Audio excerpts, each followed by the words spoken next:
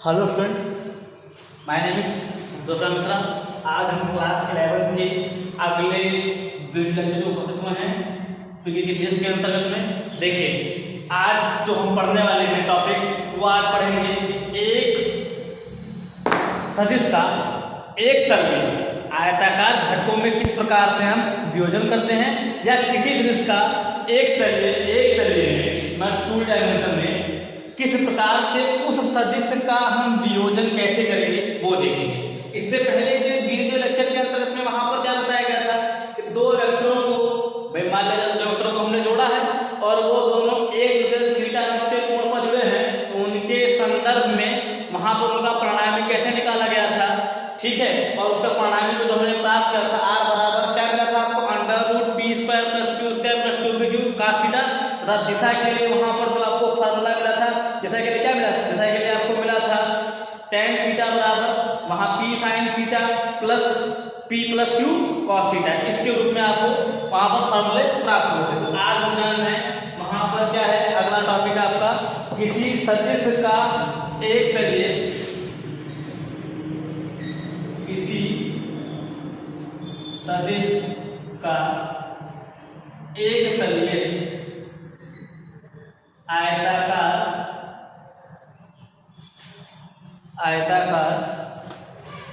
घटकों में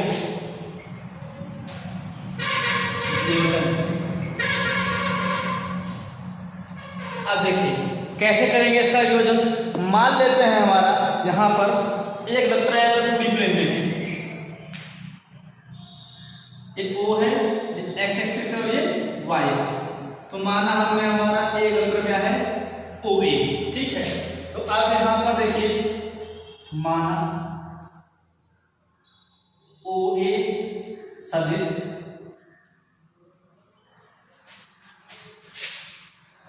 क्षैतिज से थीटा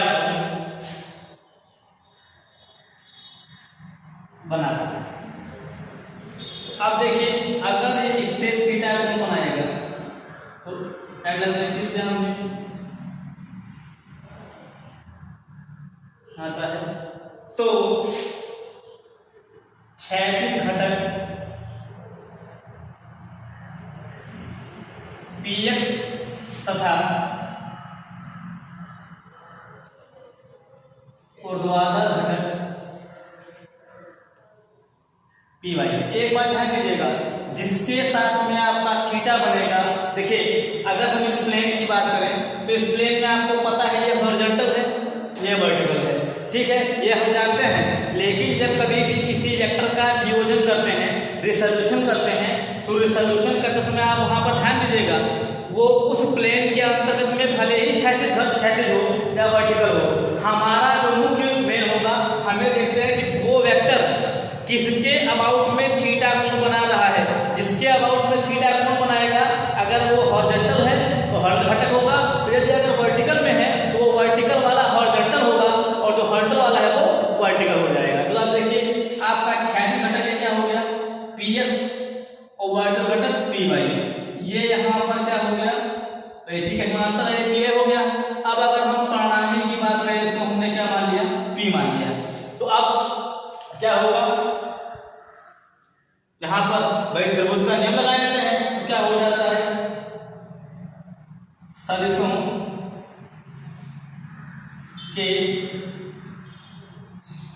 त्रिभुज के नियमानुसार जो परिणामी P होगा, P बराबर क्या हो जाएगा, px + py। क्वेश्चन नंबर 1, मान लेते हैं यदि इन अक्षों के अनुदिश एकांक वेक्टर एकांक लंब कोणीय, अनुदिश लंब कोणीय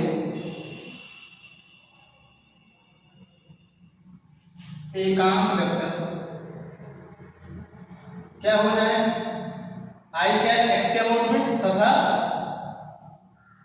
j कैप, तो पी एक्स वेक्टर बराबर पी एक्स आई कैप तथा पी वाई वेक्टर बराबर पी वाई जे कैप। अब यहाँ पर देखिए क्या करते हैं, समीकरण 1 में क्या करते हैं, पी एक्स वेक्टर तथा पी वाई वेक्टर का मान रखते हैं। मान रखते हैं क्या हो जाएगा, देखिए पी एक्स आई कैप प्लस पी वाई जे कैप। ठीक, तो अब यहाँ पर ये हो गया। अब यहाँ पर एक बात ध्यान दीजिए, एक फॉर्मूला हमारा ये हो गया। अब हम क्या करते हैं, पी एक्स का मान क्षैतिज घटक के पदों में कैसे निकालेंगे, तो देखिए क्या होगा, इसको मिटाते हैं हम।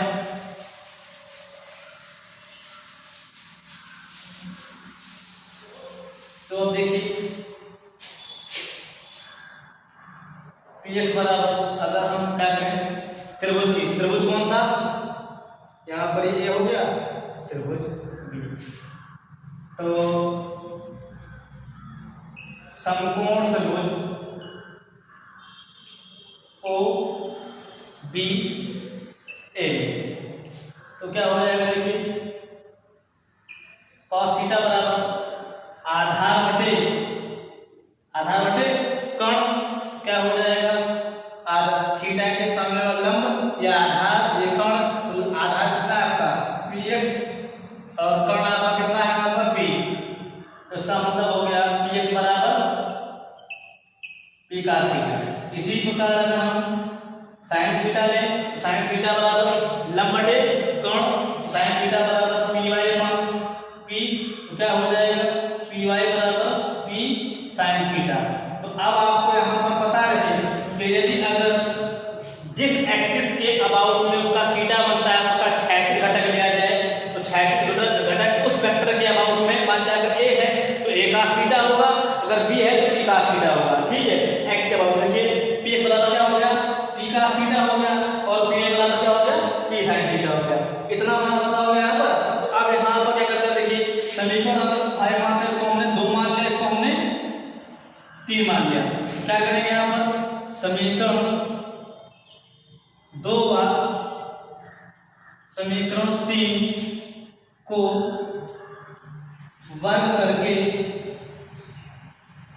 जोड़ने पर, जोड़ते हैं तो क्या हो जाएगा, देखिए पी एक्स वर्ग पी वाई वर्ग बराबर पी स्क्वायर का square theta P square sine square theta.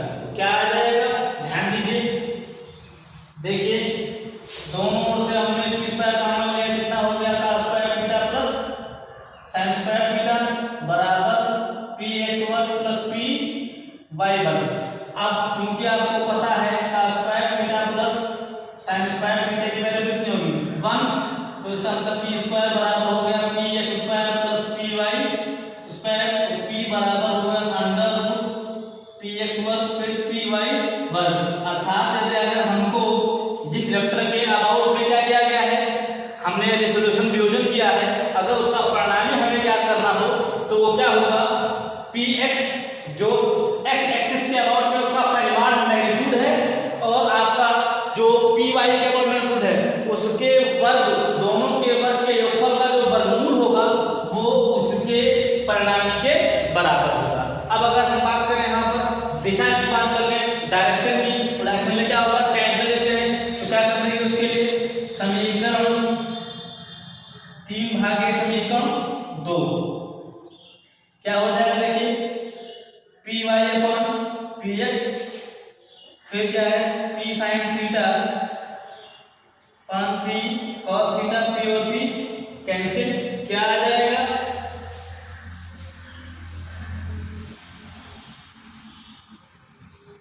देखिए यह आ गया sine theta upon cos theta बराबर P Y upon P X tan theta बराबर P Y upon P x.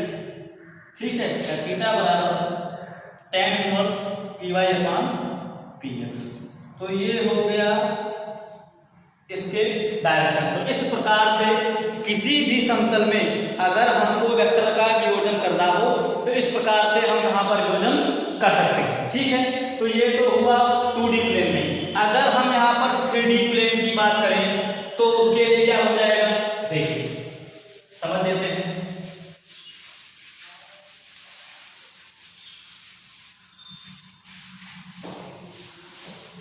अगर यही चीजें अगर इसके लिए लागू हो जाए 3D प्लेन के लिए,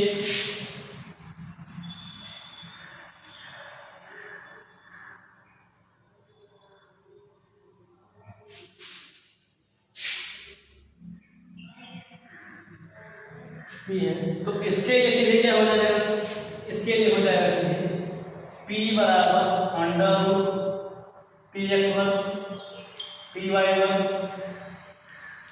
pz1, ये हो जाएगा। या सीधे इसको हम लिख सकते हैं P बराबर pxi cap pyj cap pzk cap. Mod लगा देंगे तो मॉड का मतलब क्या होता है, i j k के एकांक लंब कोण या एकांक वेक्टरों के संबंध में जो इनका परिमाण होगा और जो दिया हुआ वेक्टर उसका उनका अपना अलग अलग वर्ग का योगफल का वर्गमूल उसके परिमाण के बराबर होगा। ठीक है, तो ये हो गया। अब हम मान लेते हैं यदि अगर जो वेक्टर ये है अगर ये x से अल्फा कोण बनाए, ठीक है, ऐसे यहाँ पर बीटा बनाए, ऐसे इस साथ में गामा बनाए, तो इसके संबंध में वहां पर एक आता है जिसको कहते हैं दी कोजाइन।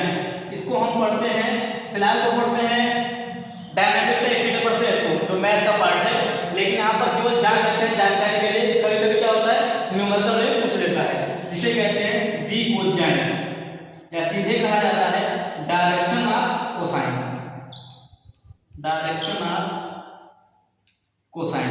ये क्या होता है ध्यान दीजिए, जैसे अगर मान लिया कोई वेक्टर उसके संबंध में वहां पर दिया गया है और क्या हो जाए उससे अल्फा बीटा गामा कोण बनाए उनके संबंध में, तो क्या होगा देखिए अल्फा बीटा गामा बनाता है तो क्या हो जाएगा, देखो जाए cos square alpha plus cos square beta plus cos square gamma बनाता क्या होगा 1।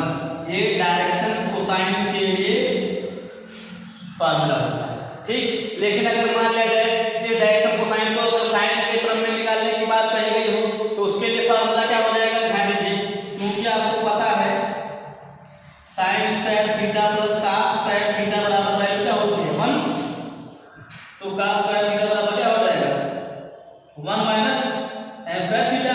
तो जहां जहां cos है वहां sin को किया जाए और उनके अंतर्गत जो थीटा दिया गया है कोण दिया गया उनको रखा जाए, तो क्या हो जाएगा इसके देखिए cos स्क्वायर के यहाँ पर 1 माइनस sin स्क्वायर अल्फा, फिर plus 1 minus sin square beta, फिर plus 1 minus sin square gamma बराबर 1।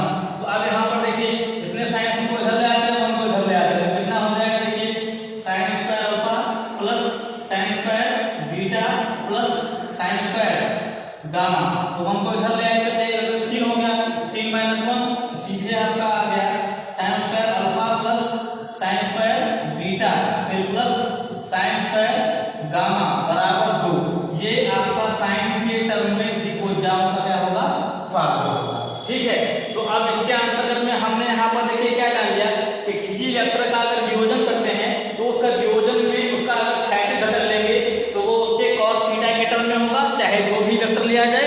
और यदि अगर sin थीटा के अगर उसका लंबवत घटक लेते हैं ऊर्ध्वाधर घटक तो वो किसके पदों में होगा, वो sin के पदों में होगा। और दूसरी बात जिस पेपर या उसके टर्म में ले रहे हैं तो याद रहे थीटा जिसके संबंध में होता है उसी के अबाउट में वो क्षैतिज घटक होगा, नहीं तो उसके लिए क्या होगा ऊर्ध्व घटक होगा। ठीक है, इन चीजों को देखिएगा।